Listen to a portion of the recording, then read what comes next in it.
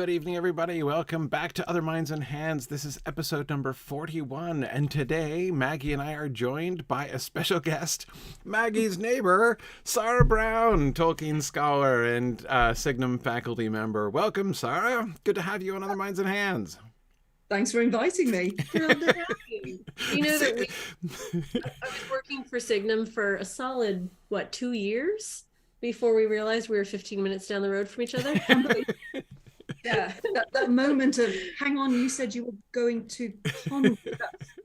and we posted a beautiful picture of the Welsh coast, and that's my house. So during the pandemic, we were meet on the beach, walking buddies and things like that. So nice. And I don't have Wi-Fi yet in my new house, so I'm in yet another location, but it's Sara's house.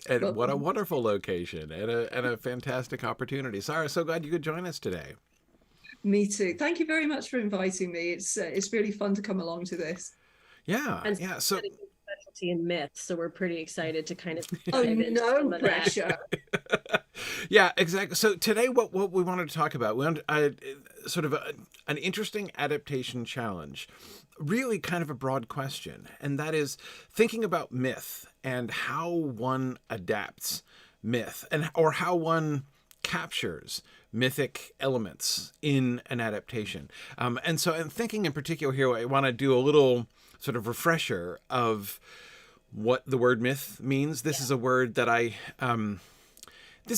myth is on my short list of, like, if I could influence modern usage of a word, myth is on my short list of, like, words I would change how people use and how people understand, because the word myth has been horribly cheapened over the years, so that now when people say it's that's a myth or that's mythical, they generally mean nothing other than it's false. Yes. Which is horrible.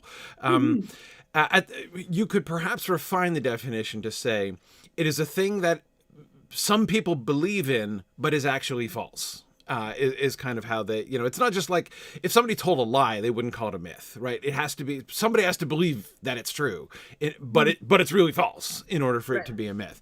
And that's horrible. Like, I mean, I'm not saying that that's not in its way a useful category, like that, that some people believe in something that turns out not to be true. Oh, it's a handy thing that exists in the world, but it's the wrong word to use for it. It's the wrong word to use for it. Yeah. Yeah. It's a myth take. Yeah. It certainly is. I'll see myself out. No, exactly. I remember in high school getting absolutely struck down by my 10th grade English teacher because I used myth and legend interchangeably. Mm-hmm. Right. Don't do that, guy. Yeah, I learned. Right, exactly. And JJ, I don't know if it's the fault of the Mythbusters show, but certainly the Mythbusters show has absolutely cemented this concept. This kind of definition of the word myth. Yeah. Again, It's wrong. Yeah. Yeah, exactly. I mean, they were clearly building on that concept in order to name the show that. So they didn't start that, but they certainly did cement it. So let's review for a second how Tolkien defined myth. So, like, what we're talking about when we're talking about myth, because it's certainly not that. And when Tolkien defined myth, it was one of those things that he was very, like, words like myth and fairy with a capital F are two words that he was very kind of nebulous in defining. In fact, even like with fairy in particular, went so far as to say, like, it is impossible to capture fairy in a net of words, right? Like, you can't really capture what it is. And myth is like that. Is a similar kind of concept that is sort of hard to define. The irony, that is irony when compared to the modern usage of myth, is that in Tolkien's mind, it seemed that myth is actually, it may of course be false in the sense that it describes events that might not have happened historically. They might be fictional events, but that's not essential to the idea of myth. And indeed, if anything, he connected the idea of myth with the idea of truth, that, a mythic story is one that in some way captures or points to or evokes a deep truth about the nature of reality, about human nature, about our own experience, and you know, all of those kinds of things. And it's when you are telling truth on a really deep level, when you are really kind of capturing or in some way, you know, perhaps fleetingly, perhaps temporarily putting your finger on something. So, you know, for instance, the myth of Orpheus and Eurydice, the story of, you know, Orpheus's journey to the underworld and playing before, I almost said playing before Mandos, playing before Pluto, god of the underworld, you know, being granted the favor of leading, you know, his wife Eurydice out of the underworld on condition that he does not turn back to look at her, which of course is so tied to the whole shape of the story as his inability to stop himself looking back at his wife who had died is what led him to the underworld in the first place, right? His grief and his inability to get over his grief, right? His inability to let her go. And so he's told he can have her back on condition that, like, he let her go, right? That he not look back at her. And of course, on the way up, he looks back just as they're about to emerge. He looks back and sees her, and she, as you know, he sees her and she's there, and then fades away, and he loses her again. Even trying to define, like, what does that myth say? Like, what exactly is that myth putting its finger on? It's hard to say. But both Lewis and Tolkien, C.S. Lewis and Tolkien, both talked about how myths like this, they affect you in some way, right? You know, even when you can't define it, you say, like, this, there is something deep here. There is something that touches on, like, the fundamental nature of what it means to be human. Yes. Yeah. And it's deeply relatable. You know, I always reference that Susan Cooper comment about fantasy literature. It's the safety of your armchair where you can experience these epic battles and you can decide where you fall on good and evil and things like that. Myth was pretty similar. You know, here's this crazy experience. It doesn't make a lot of sense if you look at it, like, logically, but somehow you can put yourself in that scenario and wonder if you would look back and what you would lose and how, and that makes you think. And so it teaches you something about yourself in many ways. And I think if we're looking at what, and again, hard to pin down myth, it's like trying to nail smoke to a door, right? Yeah. But to me, myth has always been storytelling around something that is fundamental to the human condition. As you were saying, what it means to be human. It's not that it's there to teach us something. It's not like it's an allegory in that sense. Sometimes it can be, of course, but it's about stories that are fundamentally about what it is to be human. And so in reading that, as you say, you're in a safe space in which you can explore something that is really complex in many ways, but fundamental to who we are. Yeah. And thus yeah. And the one other distinction that I would make is that there are a couple different ways in which myth can be involved, right? That is, you can tell a story which has sort of mythic overtones, right? Which kind of becomes, I almost use the word inadvertently, and I'm not quite sure that that's exactly right. The distinction I'm trying to make is between a story which in fact does end up hitting people like a myth, and a myth and somebody sitting down to do mythopedia, to use Tolkien's word, somebody sitting down to write mythology. Because this is one of the things that Tolkien also often talked about mythology, like, you know, the mythic stories that every, you know, when people think of Norse mythology or Greek mythology, the stories that they're thinking of, it's easy to think about, for instance, the story of Orpheus and Eurydice. When I was telling that story, I wonder how many of you might be familiar with that story, but many of you are probably also not thinking of a particular author's work, right? Mythic stories tend to, like, float free in some sense. Like, you know, like, I'm going to read Greek mythology.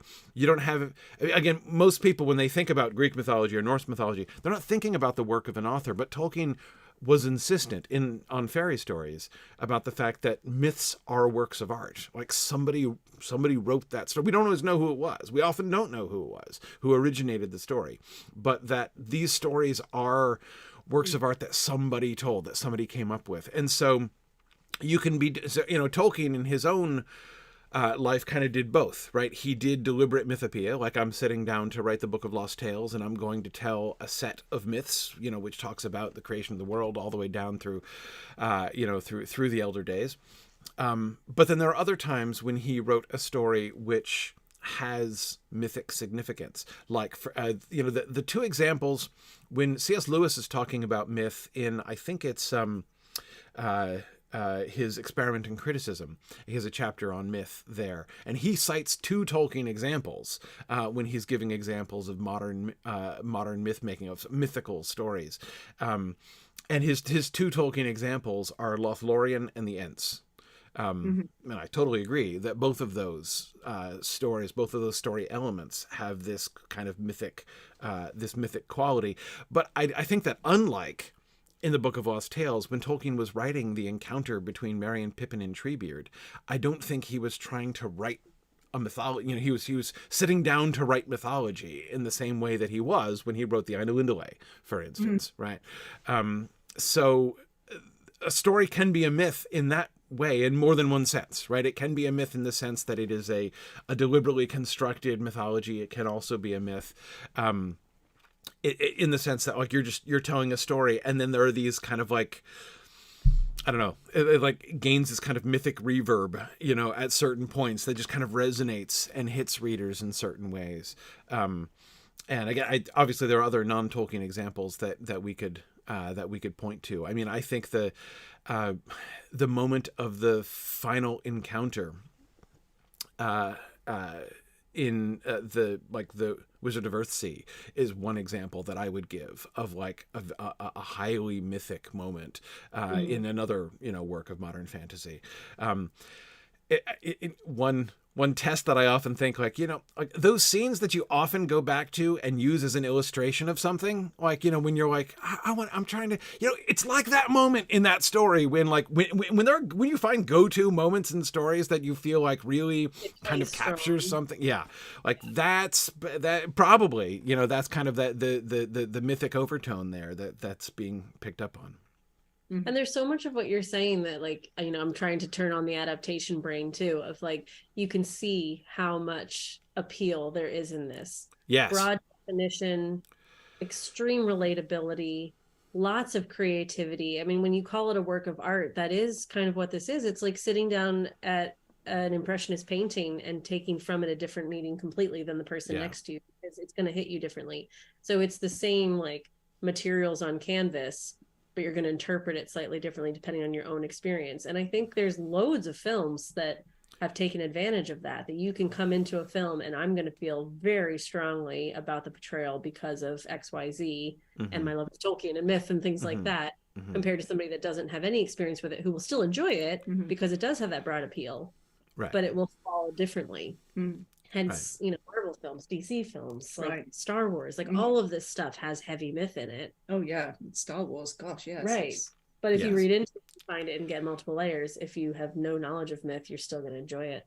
Yes, absolutely. Well, absolutely. It's still going to have an effect on you, even if you don't kind of have the language to say, this is the effect it's having on me and this is why. It's still going to have that, isn't it? Yeah.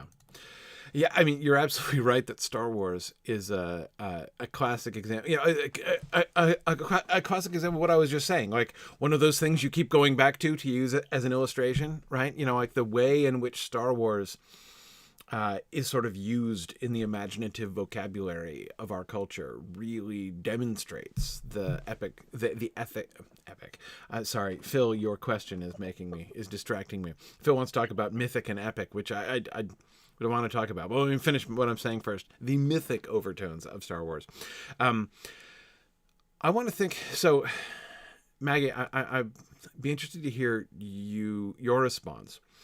Tolkien was skeptical of the potential for, like, a dramatic visual medium to capture myth in the same way, or at least, like, I'm thinking here of the passage in On Fairy Stories when he's talking about drama.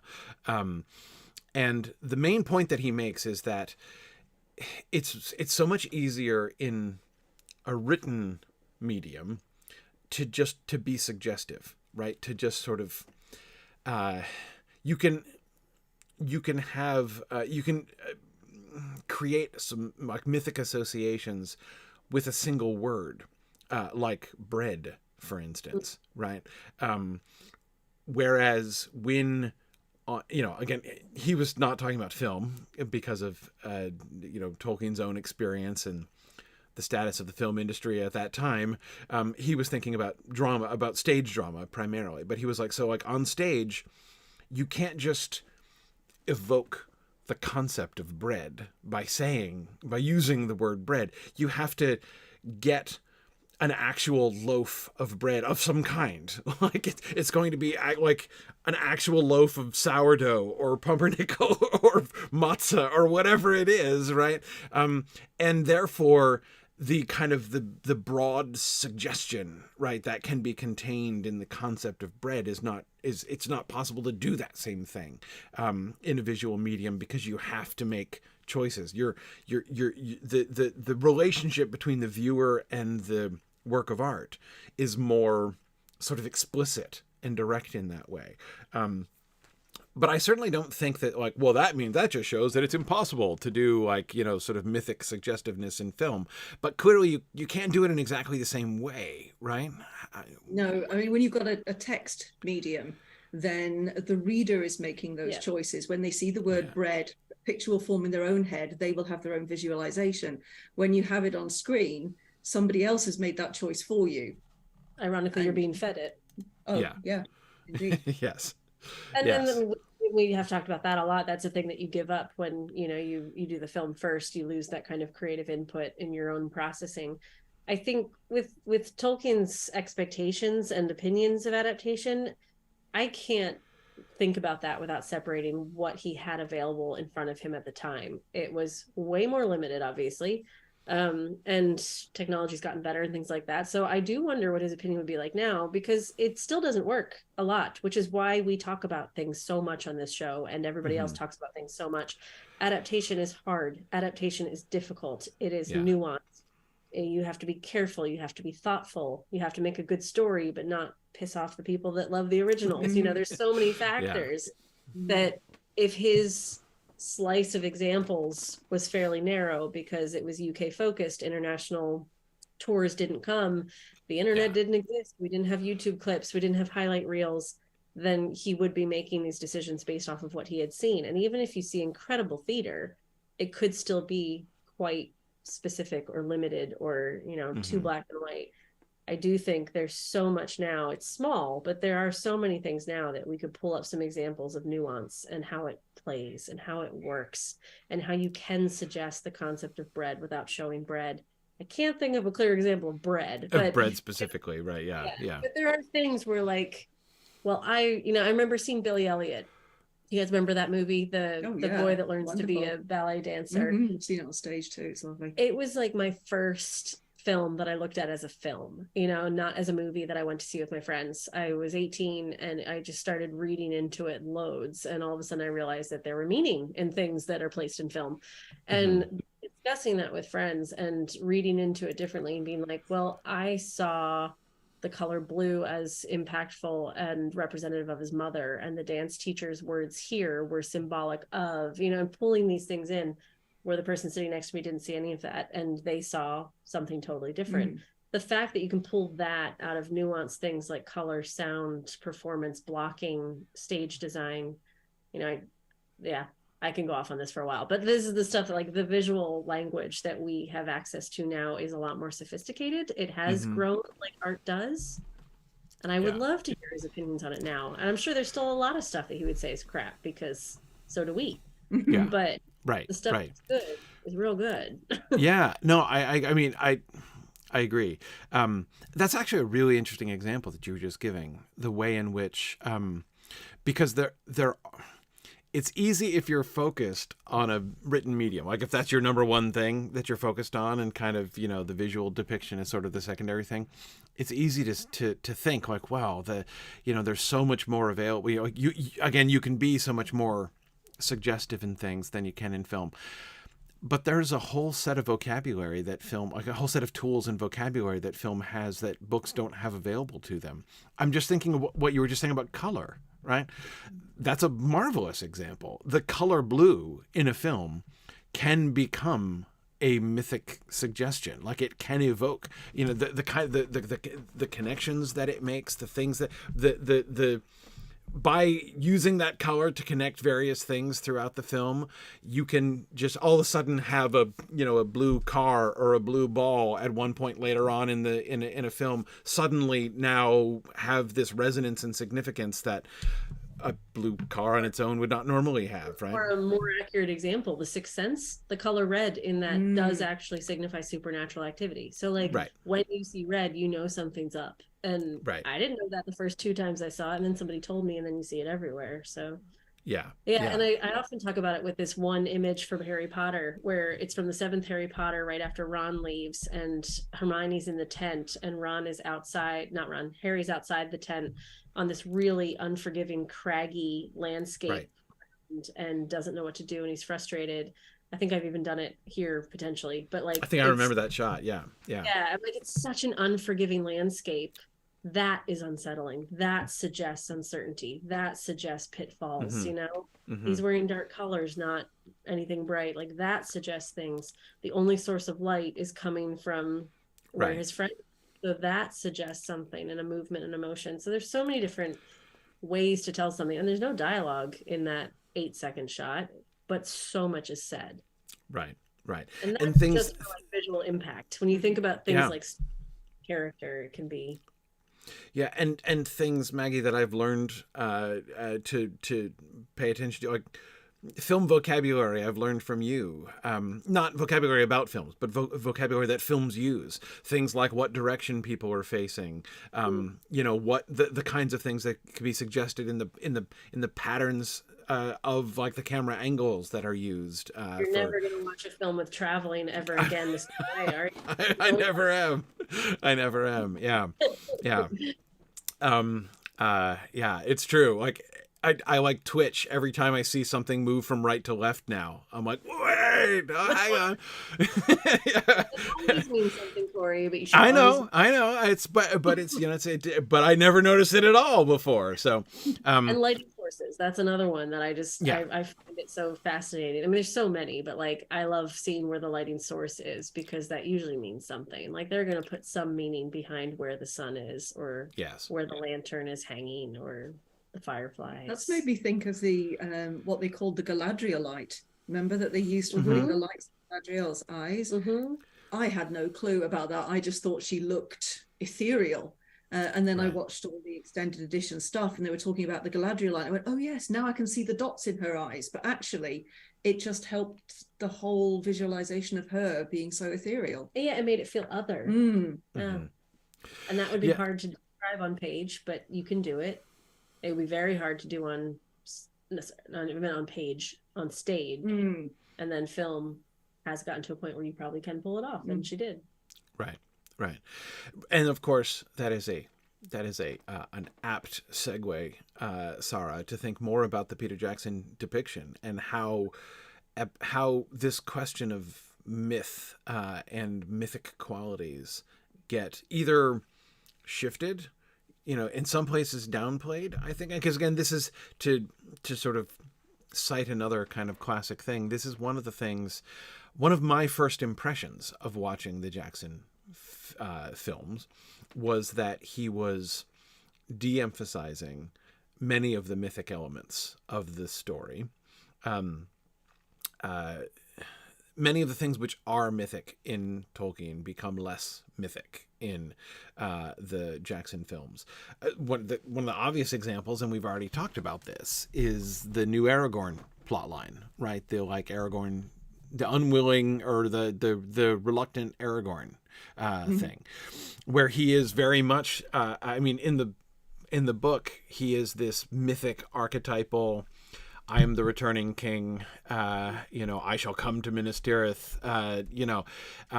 And it is. The mythic echoes of the long lost king returning to his kingdom are very explicit from the beginning, and give his character this sort of special kind of resonance, and him this major status all the way through the book, and that status is significantly altered by Jackson's choice. And now, we talked about this, and as we discussed before, that I'm not saying that means it's a bad decision or doesn't work or whatever. There are lots of ways, as we were discussing it previously, that it works well and does interesting things. But it does seem to be one of those moments where they're kind of choosing connection with the modern viewer's experience and what people call relatability these days, though I still dislike that word because it's such a sloppy word. Like, it's whenever you're using an adjective to describe a thing that's actually describing something in you, like relatability isn't a thing in there. It's relating to something you do. It's not something, anyway, whatever.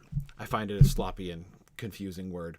But anyway, like that, however one articulates it, that seemed to be what they were going for. They didn't want an Aragorn on this sort of mythic pedestal. They wanted an Aragorn that everybody could relate to and say, like, I experienced the same things that Aragorn does, and he's just like me. Yeah. I think they did similar with Éowyn. Mm-hmm. Her story is very much reduced.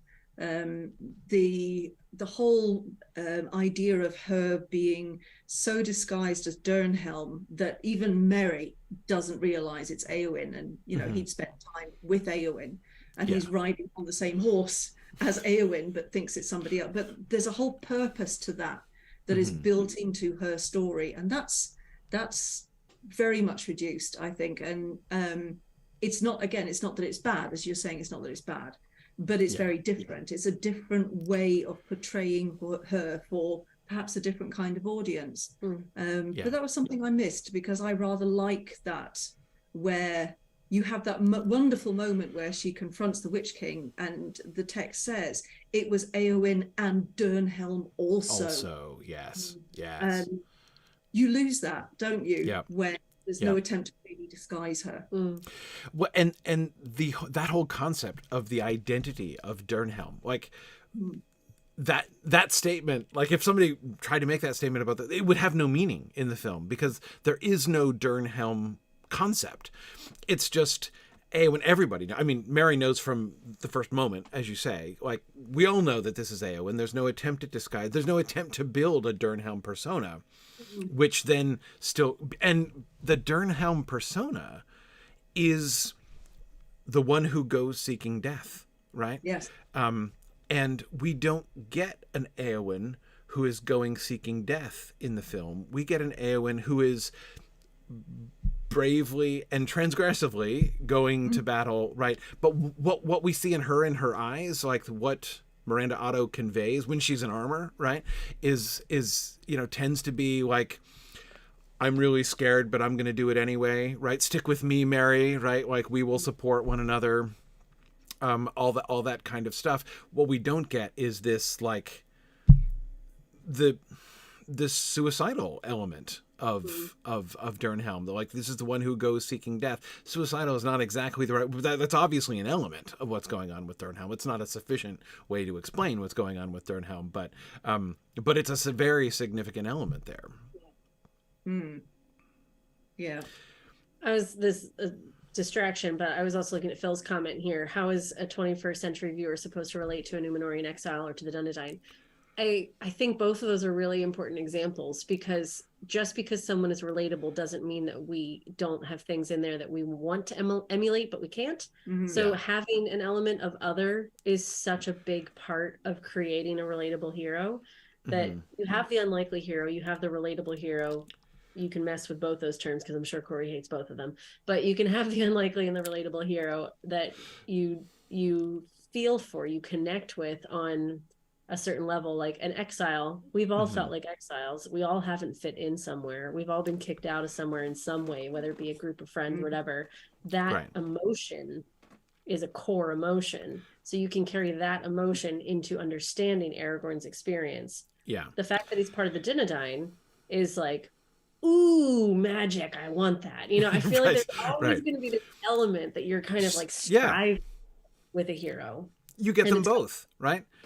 Yeah, this person is going through something that's like something that I've been through, but it's also in a situation which is very unlike my situation and much cooler than my own personal situation, right? So you kind of you kind of get both pleasures there. And name your heroes. Like we can Yeah. do this with Skywalker, we can do this with Harry Potter, we can do this with Frodo. Like Yeah. all of them are relatable on some very core, basic, emotional human growth level, but all of them will have some element that we're just never going to be able to attain. Mm-hmm. Yeah, absolutely. And I would add, as far as like the films bringing Aragorn like to our level that we can connect with him. Again, it's not the circumstances that we're connecting with. Like, oh yes, I remember when they wanted me to be king. I felt the same way. Like, it's not that, right? It's, but we all have been in situations where we know that something great is expected of us, and we're worried that we're not going to be able to do it. Maybe I won't be strong or capable enough, and I'm going to disappoint everybody's expectations. So probably maybe it's better for me not even to try, because then I won't disappoint everybody. And like, I mean, that's Aragorn, right? At the beginning of the Fellowship of the Ring. Described how I felt doing my first like presentation in 7th grade. Like that's how basic this feeling can be. Exactly. Like, yeah. Exactly. So no, I mean it's exactly the fear, right? Yeah.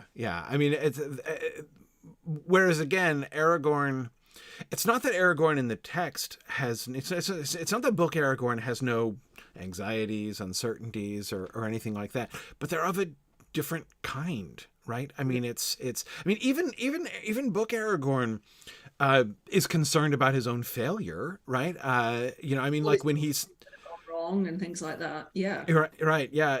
I when he says things like, I have, led this company so far to ill fortune, right? He's at the beginning of the Two Towers, we see an Aragorn who is at his wit's end, feeling that he is like everything he's done has been a failure, and he's let everybody down. You give the choice to an ill chooser, right? He says when Legolas and Gimli cheerfully say that they will do whatever he says he thinks they should do. So again, it's not that element is totally alien to book Aragorn, but again, they've gone way further out of their way to make that a core element of his character, and to remove again those sort of more mythic elements, like I am the destined returning king, and I know it, and I've been training for this my whole life, and I am, he still is like, I don't know that we're going to survive. Sauron is probably going to kill us all, but so again, it's not like he's speaking with some kind of sublime certainty, but he is coming from a position of, I am the destined king, and I know it, right? Which is, but that's, I don't think there is any endeavor to make that relatable in the way that people talk about. But see, this is the thing about myth, right? I don't hear the story of Orpheus and Eurydice and say, oh, that's me, man. Like, I felt the same way when I went to the underworld to try to beg for the life of my wife, right? Like, that's not how you relate to myth, but it nevertheless touches you, right? It's totally different. It's good.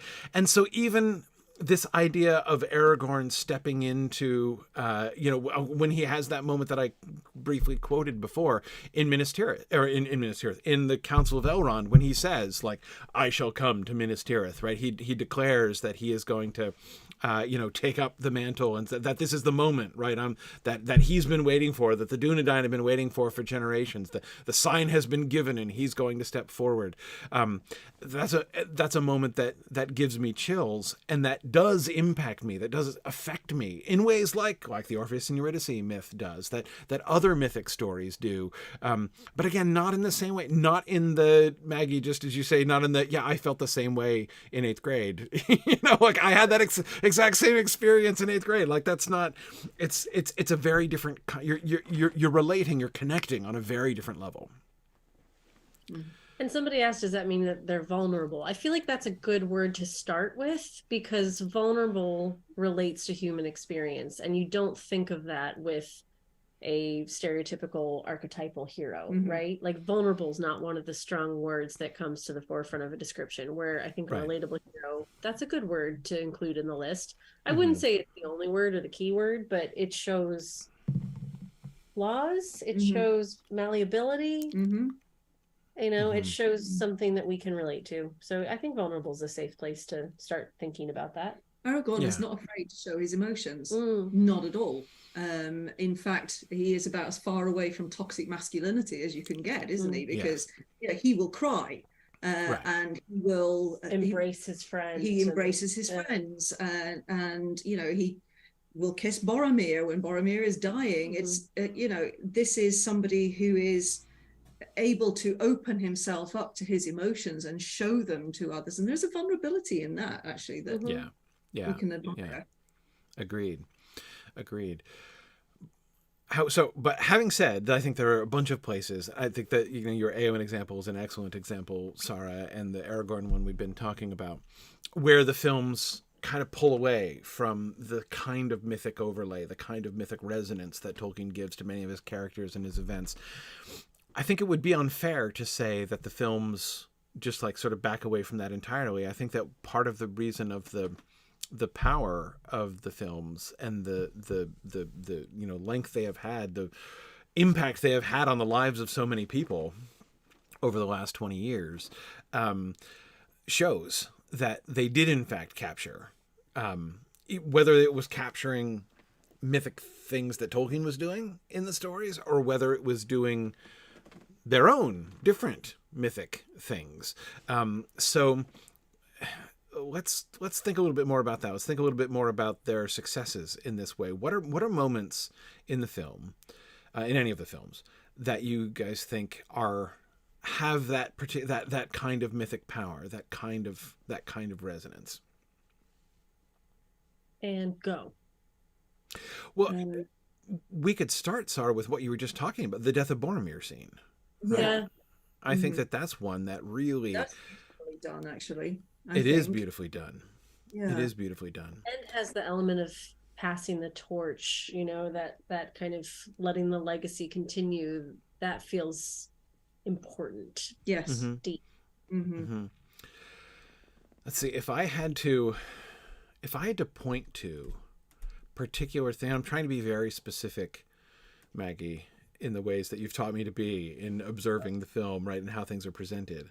Okay. The two moments in the depiction of that scene that I think really kind of trigger a sort of a myth reaction, and not just an emotional reaction, because just as like two characters we've attached to who are acting beautifully, I'd be crying anyway, right, in that moment.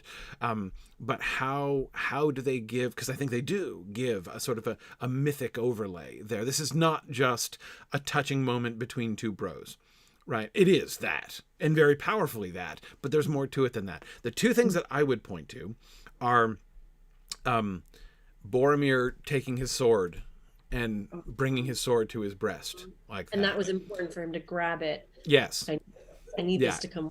Yeah, he goes out of his way to grab. It's not just there, right? He makes that gesture, explicitly. And then the second one, the one, Sara, that you just mentioned, of Aragorn kissing him on the forehead, right? When he kisses him, it is a moment of emotional vulnerability. But again, especially in the context of the sword gesture, right? Those two gestures seem to me to overlay, like, yes, you have the personal interactions between the two of them, but they managed to overlay it with this epic sense of kingship, right? Like, I am swearing to my king, and my king is, receiving, the blessing of the king, and the intimacy of that. Through to the next life. I mean, yes, offering guys, redemption. You just opened a whole new door for me, and like, we're crossing thresholds, and we're passing these. Lots happened there. Yes, it's a redemption moment for Boromir as well. Yeah, and that kiss is, to me, that is acceptance, forgiveness, help, everything that passes from the king to his vassal, if you want. Mm-hmm. The real connection there between them, that is it's way more than he's dying, I'm sad.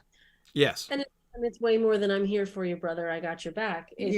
It's so much bigger than that. Yeah.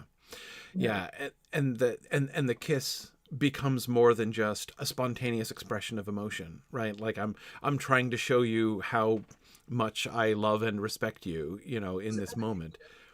Right. Because it was like the kiss of fealty. That was how it worked. Like when you swore to become someone's vassal and accepted someone's service, that was formalized with a kiss on the mouth, by the way, usually, which was deliciously and played upon in courtly love language, right? Like, come, let me bestow upon you the kiss of fealty, you know, or please bestow upon me the kiss of fealty, right? To your courtly lady. But anyway, yeah. So that's one moment where I think that they are really, and it's interesting because it's a moment in which, I mean, it's an Aragorn moment. Like they're in that moment where, although they have, in some sense, right? Okay, stripped is a severe word, but they have reduced, perhaps, let's say, Aragorn's mythic stature, right, throughout the film to that point. He is not the archetype of the returning king, you know, of the long lost heir. He is that, but that's not the role that he's playing in the film to that point. But they overlay that, all of that mythic concept of kingship and fealty and loyalty, and I think that's really fascinating. And it's really just making me also think about the scene we talked about a few weeks ago that I love, and it wasn't until the end of our comparison that I realized Corey didn't when I was getting all hyped up and excited. When Elrond brings the sword to Aragorn and he's going up the and the way Aragorn picks up the sword is what made me think about it with the Boromir moment. The way he picks it up is not just, fine, I'll take it, or, yes, it is time. He's like, like there's a real decisive, and it's because of that he's able to command the armies of the dead. It's the world's longest sword that no one could possibly use. There's a lot in that we'll not unpack today, but it's reminiscent to me of that same thing. It's not just picking up a sword, it's picking up a legacy, it's picking up power. Everything. And that was a really fun conversation. Sara, we were talking about this in the context of discussing Elrond's role and everything. We're both getting worked up, and him in despair and me in joy. Yes, she was talking about how beautifully, effectively that scene was shot and everything, and I had that same reaction that you were showing on your face. It's like, why is Elrond here? This doesn't make any sense, right?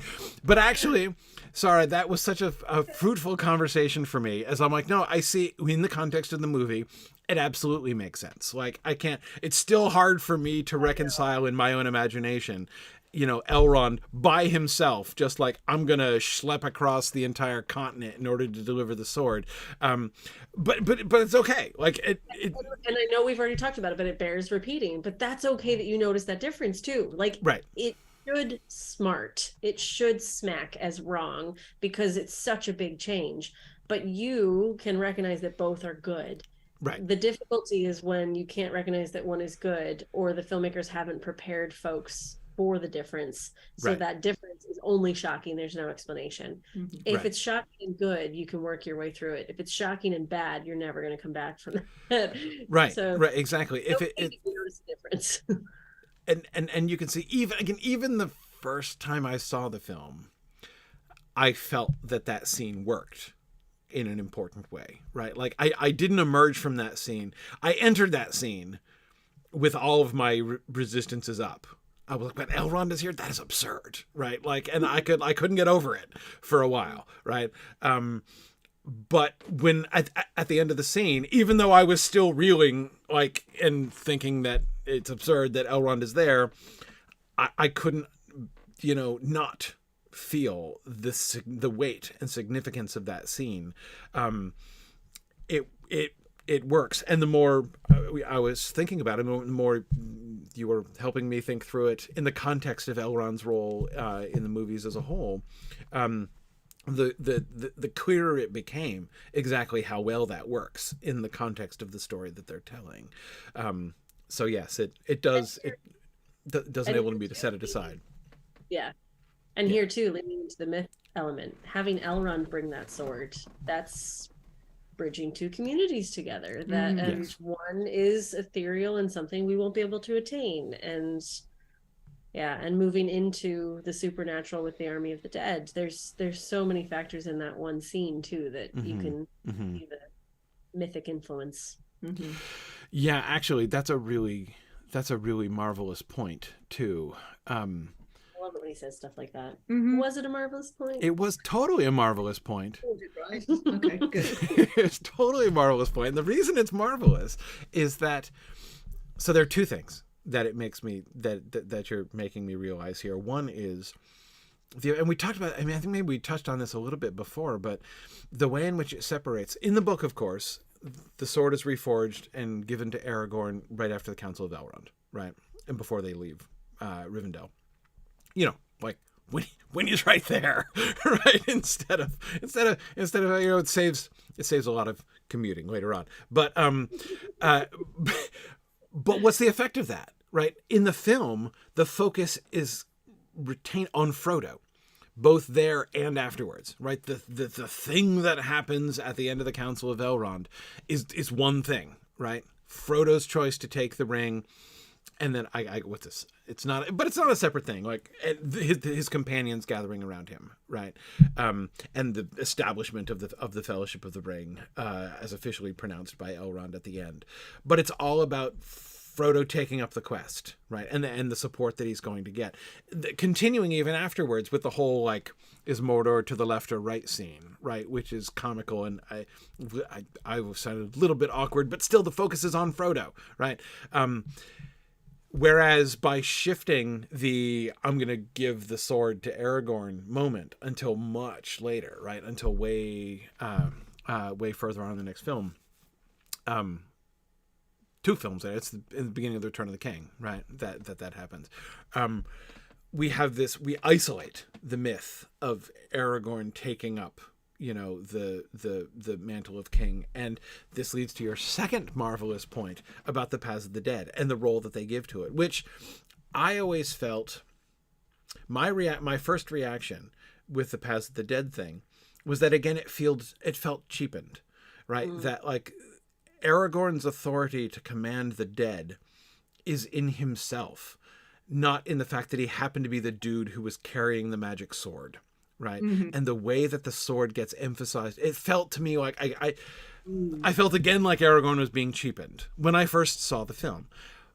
But what you're inviting me to see here is that they are actually the combination of the giving of the sword to Aragorn and his dramatic taking of it up, right, in that earlier scene, and then his wielding it and its recognition by the King of the Dead. It makes that sword they have made the sword into a mythic item. Like it is the mythic connection between him and kingship. And that's what is recognized, right, by the King of the Dead. I also wonder if there was a leaning into that purely because of pop culture. I mean, this is coming out the same time as Harry Potter and not long after Star Wars. And there's lots of discussion about powerful objects in heroic literature and mythic literature and things like that. So we have lightsabers and magic wands, and do we need the sword to be reminiscent of that or like reflective of that idea? So maybe I can just hear the filmmakers having this conversation. It doesn't do any harm for the sword to look like a powerful object that allows someone to fulfill their potential, right? I can see them saying that's a good connection. But there's also a sense in which that sword can only be wielded by Aragorn. This one can only be wielded by Harry. This lightsaber was meant for your hand. There's a way in which these characters are actually becoming one with the object, and it is the two together, the wielder and the wielded, that actually becomes the whole thing that must do what must be done. Like, as gets really strongly emphasized in Star Wars when Luke loses his hand when he loses his lightsaber, right? There's like him losing that lightsaber becomes this you know, he's lost part of himself, right? He, you know, so you can see how that connection gets played out later on. So yeah, I mean, I like this conversation and the idea of like what's lost from changing myth to film. And I don't know if there's a loss, there's a re-emphasis, right? Like it's just different. It's just a shifting of where the attention goes, which is a very filmic thing. We want to draw your eye here. So right. Instead of 7 pages telling me to focus on Aragorn becoming king, we're just going to tie the sword to it and have that be him taking up the mantle. Yeah. So it's like a synecdoche of it. Yeah. Another mythic moment in the films that strikes me. Because again, it's another place where we can see a shift in focus from book to film, but a place where I think even more clearly than many of the examples we've been giving so far is a moment which has strong mythic overtones in the book and also in the film, but not by the same mechanism. And that is the end of the Battle of Helm's Deep, the charge of Theoden and Aragorn, and the arrival of Gandalf. I was just thinking about that. I was like, can we talk about the Christ imagery? Is that myth? I mean, there's a borderline, isn't there? But that's one that came to my mind. But I didn't know if that was too close to biblical reference as opposed to mythic import. Well, but a lot of biblical reference is designed to overlay with mythic suggestiveness, right? I mean, if you're tying something to, to the resurrection of Christ, or to the or to the Garden of Eden, or something like that, it is exactly mythic suggestiveness that you're giving to it. By the way, this is one of the really awkward and frustrating to me side effects of the sort of perversion of the word myth in our culture, is that I have found in my own experience that Christians always get upset when I use the word myth to talk about Jesus or the Bible or anything, right? Because it implies it's not true. Because it implies it's not true, right? It's like that it's a lie that some people believe.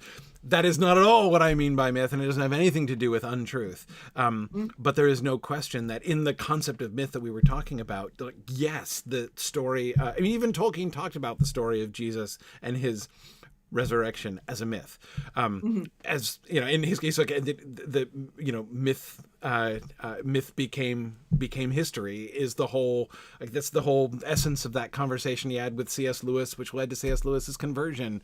But in any case, so I just wanted to make explicit that thing which is lurking around when we're making these connections, Maggie, because I think it's really important. So just disclaimer, want to make that clear, but absolutely. So it is, people always want to talk about Gandalf and or Frodo being Christ figures, and mostly I get a little frustrated with that, mostly not because of the Christ part, but because of the figure part. It's like when you say someone is a Christ figure, you're saying a particular thing about them, which most people don't really know what that means on a literary level. Any more than most people don't know what it means to say that something's an allegory, to be perfectly frank.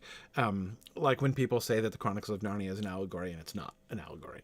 And also, boy, that makes...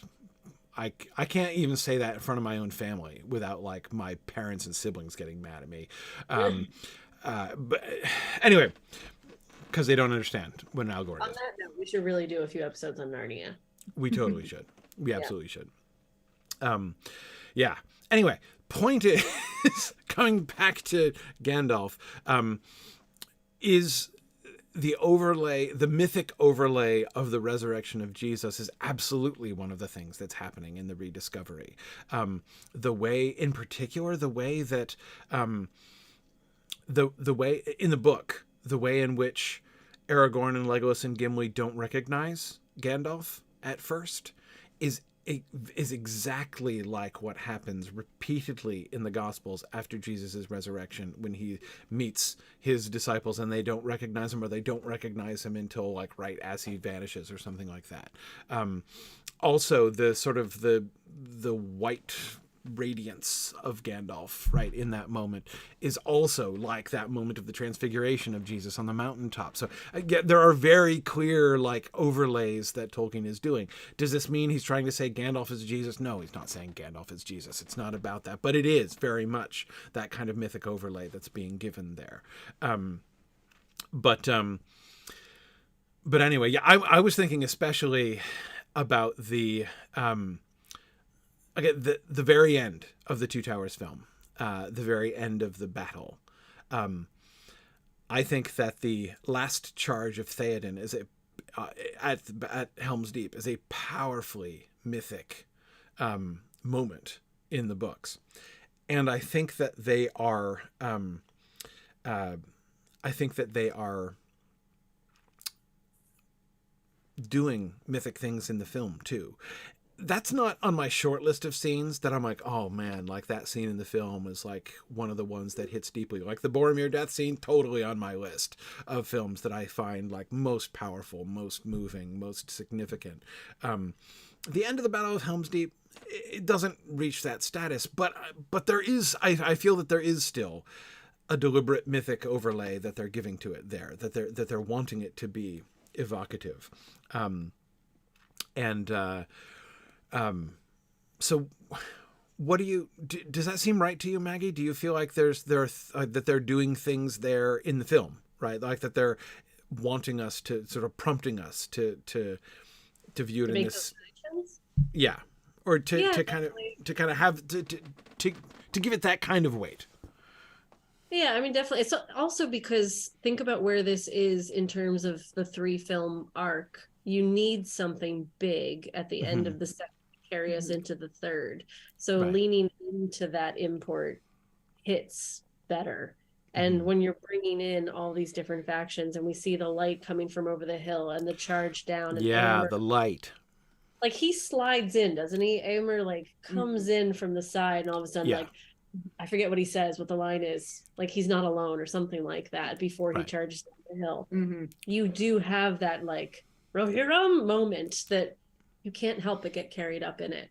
So there is that, let's sweep the audience up with us. Let's make this a big moment of we're saving the day. And by doing it through the light from Gandalf's staff makes it more ethereal, and the last minute, the last hour kind of a thing. There's a lot of parts of that I could see work for making it bigger, making it more cinematic, and therefore landing so much stronger. And as, of course, the light explodes across the dark boards, you then get that rousing music coming in behind it, which is just extraordinary, and you get caught up in that moment. But not caught up as I get in the charge of the Rohirrim at the Pelennor Fields. It's true, and that hits me. That is another one of my short list of scenes that I find most powerful in the film. But it's exactly that kind of. That one feels more. Sorry, I just cut across you. But the Pelennor Fields feels more man-made. Is the wrong word. There is something more supernatural about Gandalf joining them, I feel, in the films. And the way it's the dawn. Think of this, that's in the book, right? The significance of the coming of the dawn. It's important. It's important in this kind of mythical and symbolic way that this happens at the coming of dawn. And I thought it was fascinating the way they lean into that in the film, right? Like I mean, goodness, dawn comes like nobody's business in the film, right? The radiant sunlight and, and the coming down the hill, and like the orcs are all like, as if somebody just switched on the lights. Over the spears to smush people. Even the choice, which is a risky choice, because like the slope that they're coming down is so steep that it's hard not to watch that and be like, how you can't do that like that. I mean, it really challenged disbelief, right? But nevertheless, like you can't see Gandalf in his white radiance on top of the hill and the sun shining in behind him, and then them coming down, and the fact that they're coming down from on high right? It's literally like this sort of heavenly rescue, right? And down such a steep slope, you know, it just makes me think of like King Arthur winning the Battle of Badon by himself. Like it just becomes legend. Like these guys ran down this straight sheer rock face and then they beat an army of millions, and you can hear the stories coming out of it that are going to be told around campfires for generations to come, and we're watching it happen, and it actually happened like that, you know. So there is this kind of magical element to it. Yes, Larry on YouTube was quoting "Dawn is ever the hope of men," right, which is a great line in the book. Nobody says that in the movie, but they do it anyway, right? I mean, they kind of capture that. And again, there are ways. As I say, this is a great scene. It's not one of the great scenes, right, from these films, which is really a testimony to how wonderful these films are, more than anything else. But nevertheless, I think it is a place where we can see them doing different things, or them going about in some different ways to capture, even to capture some of the same kind of mythic resonance that it has, but they're using film techniques instead of book techniques to do it. And I think it's a really interesting example of this kind of choice and of these kinds of differences. And pacing wise too, when you think about where it comes and what it leads into. So the end of 2 going into 3, they do build it up super, super big to the point that it explodes, but also what they were coming from. Like they really almost lost. They really almost lost. And he came in just at the right moment. Whereas we don't get that level of desperation too often. So bringing that kind of element into it, I feel like builds it up even more, that it worked as a final scene for that film. And then Return of the King, we had like 9 endings. So we had lots of opportunities to... But Return of the King too was also one that made me think about it, was Frodo going off on the ship, that scene where he kisses his friends and steps onto the ship. That obviously harkens of every myth. He kisses Sam's forehead in such a similar way to how Aragorn embraces Boromir at his death. It's beautiful parallel there. And with the beautiful reversal of that, right? It's the one who's going off, right? This time it's the sort of dying one, right? Not exactly dying, but in the position of the dying one who is doing the forehead kissing. Yeah, the departing one. Yeah. And he really is passing it on to Sam. It does feel like a passing of a torch on to Sam. The last pages are for you. Yeah. Yes. And home. Like, yeah. Yeah. The image of the ship sailing off there at the end, like the visual image so beautifully captures. And this, of course, we haven't even, we only had one brief reference, Sara, that you were just giving to Howard Shore score, right, and the music and its impact on these things. And we haven't talked about, John Howe and Alan Lee at all either. But yeah, the visuals of that, how there are, of course, a lot of things that we could say in looking at, like, Howe and Lee's art, not even in the films, just like their drawings and paintings, and the ways in which they are trying in some places to capture a lot of these sort of mythic things. I mean, there are a couple different reasons, right, that you can do illustration. Sometimes you can try in an illustration to like make real and visible and almost tangible, right, something which is just sort of an idea.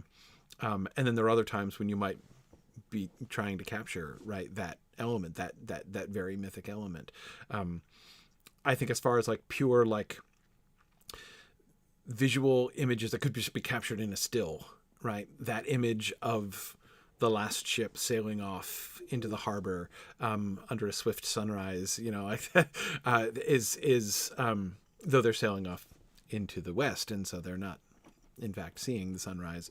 Anyway, that picture is one example of just a beautiful image that where Howe and Lee have really caught the sort of the mythic significance of that moment, I think. And that is one that you think if it was hanging up in the National Gallery and we didn't know it had anything to do with Tolkien, you could probably still get a feeling of the emotion and the intention painted onto that. You might question arrival versus departure, which is always kind of a nice thought. Right. But Right. Yeah, absolutely. Um, I'm yeah. saying this, I'm looking at this beautiful print above me. It's on your office wall. What is it on? It's Ted Naismith's Taniquetil. Ah, yes.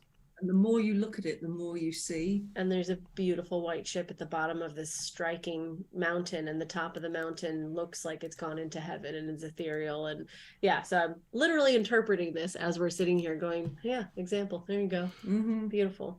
It is a stunning piece of artwork. Awesome. Yeah. I love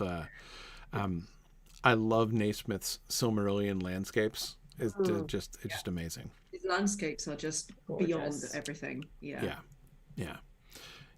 Absolutely. So there's lots of things we can pull into this, is what I'm hearing. All of the myth is happening, whether we try it or not, but they're obviously trying it. Yeah. I mean, and I still think, one can still say across the board, I think, in a lot of ways, that I think it's still true that they, there's still a lot of places where in the film they go out of their way to de-emphasize some of the, with Treebeard, I felt, for instance, Treebeard and the Ents, I agree with C.S. Lewis in citing the Ents as an example of a place where Tolkien has really captured that mythic overlay in his depiction of the Ents. But where we feel that, I think, most strongly is in the story of the Ents and the Entwives, right? And the way that in the film Treebeard is made into a much more comical figure, right? We're prompted to laugh at him much more in the films, at him and not with him most of the time.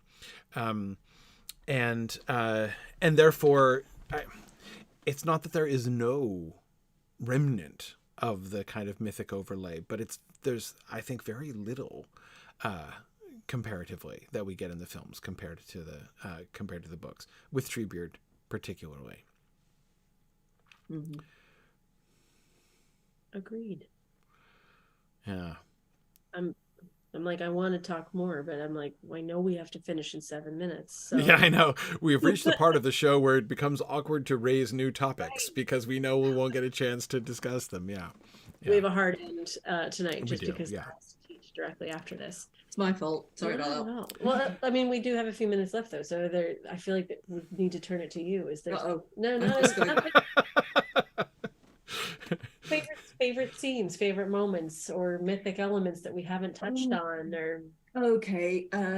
One of my favorite scenes is Sam confronting Shelob. Yes. Yeah, because film and book. But film and book, I mean, I love it in the book because it's just extraordinary. The description that goes into Shelob is always, I've always found it compelling. But I thought it was quite well done in the film, actually. You've got that real sense of the dankness of Shelob's lair, and you can almost smell it, sitting there in the cinema. Maybe that's someone's bad popcorn, I don't know.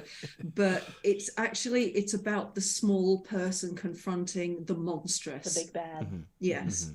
And she is monstrous. And yet you have Sam confronting her, determined to not only, fight her off, but defend Frodo at the same time. And that is, to me, it's a wonderful moment. I mean, someone's just made the point in the chat there that she looks like a regular spider and not a monster. And that's the thing. See, I don't think Shelob actually is a spider at all. Right. Evil thing in spider form. But how do you depict that on film? You're going to have to go with something, and they did at least go with a really horrifying looking spider. Right. But it's that moment of the very small confronting the monstrous and actually prevailing. I love that moment. I really do. Yeah, it is complicated. I mean, I on the one hand, I think I agree with Edith, but you can see who was talking about the regular spider. Shelob does. In the film Shelob does strike me as much more spider-like than I don't think of her, like, I don't imagine Shelob in the book moving like a spider. In my imagination, that's not what I picture there. Whereas, the way that she scuttles around and Yeah. crawls up the cliffside and everything. I mean, she's huge, and terrifying, but she does look like a spider. Her movements are like connected to like I've seen spiders, not that large, but I've seen spiders that move like that, right? And so it sort of puts her in my senses like in that kind of category where I don't have her categorized there exactly in the film, or in the book rather, when I read it. But anyway, I and so that does kind of take me, but at the same time, you could say, Sara, coming back to the other point that you were making, because she is more kind of practical, right, more real, it is in one sense more terrifying. She's not just like an idea of something that Sam is standing against. Movie Sam looks like he's in more danger than book Sam ever seems like. I mean, I'm not saying that book Sam isn't in danger. Like, obviously she's still monstrous and horrible and incredibly dangerous, but again, that practical feeling, like when you look at the film, yes, on the one hand, she looks more like a spider than she does in the book, but also she looks like a huge, enormous, horrifying spider. And it's like, how could he possibly, fight her off? Right. The feeling of desperation is even, and tension is even greater in some ways in the film. So I think there is a kind of a trade-off that we see there. And that conversation. Oh, sorry. No, go ahead. I wonder what that conversation was like in terms of like developing the monster for film, because obviously they know the source material and there must have been a lot of concept art to decide. They invented loads of creatures for the film that are not in real life, so they're comfortable making fictional creatures, but they chose an actual creature for this one, so that's quite a decision. And the more you were talking about it, of how Sam on film is a little bit more threatened, that resonated, because people are scared of spiders because they're weird, unpredictable movement, kind of creepy. They can ball up tiny and then jump. There's all these things that the unpredictability is really terrifying. So then if you make it real big in a confined space with a poisonous pincher, then my hero is under threat a lot more intensely than I think Sam was in the text. And you need that, because the scene's only 30 seconds long, so we got to get that across real fast. Right. But I do think, I mean, coming back to our theme of myth, one of the effects of her being more spider-like is that the confrontation between Sam and Shelob does feel less mythic. Right? It is more like, she is more like a very large and very dangerous animal that he is. Do you see what I mean? I mean, there's that, again, he's in danger, but, and again, here I'm sort of channeling things that C.S. Lewis talks about and things like this, but it's a different type of danger. It's danger that feels different than the danger that he's in the book. More suspense in a way, more sense of physical threat, and yet without that mythic overlay. And the mythic overlay that's given in the book, it's hard to see how they could possibly convey it in the film, because they convey it as somebody was talking about this in the chat, but I forget who it was, because Tolkien gives us Shelob's point of view. For a few paragraphs, right? We hear about, age long she dwelt, right? That marvelous paragraph of her, and the greater now was her wrath and hunger. And so now then when we come back to Sam's point of view and he's confronting the monster, like, we know what the monster is thinking, right? We know and therefore we have this whole point of view, which makes her this a truly monstrous creature, this figure of evil from the elder days, and she's you can't make her talk, right, on the film, right? That would totally undermine how terrifying she is. But how else can you really show her point of view in that way? But I know, we gotta stop. Now we gotta stop because it's time for class. Sara's teaching tonight.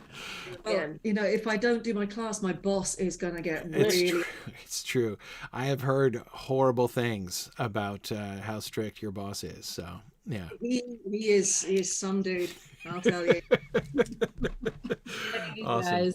Great. Thank you guys. Thanks for joining us. Thanks everybody. It was a really fun discussion. Sara, thank you so much for not only joining us today, but extending your hospitality to Maggie as she can. Me Wi-Fi at Sue Wi-Fi. Thanks very much, everybody. See you guys. We should be back next week. I think next week we're back on as normal. So we will see you guys again next week. Yes, I'll be there. Excellent. I'll be there. I'll be here and Maggie will be somewhere. Bye, everybody. Thanks. Bye.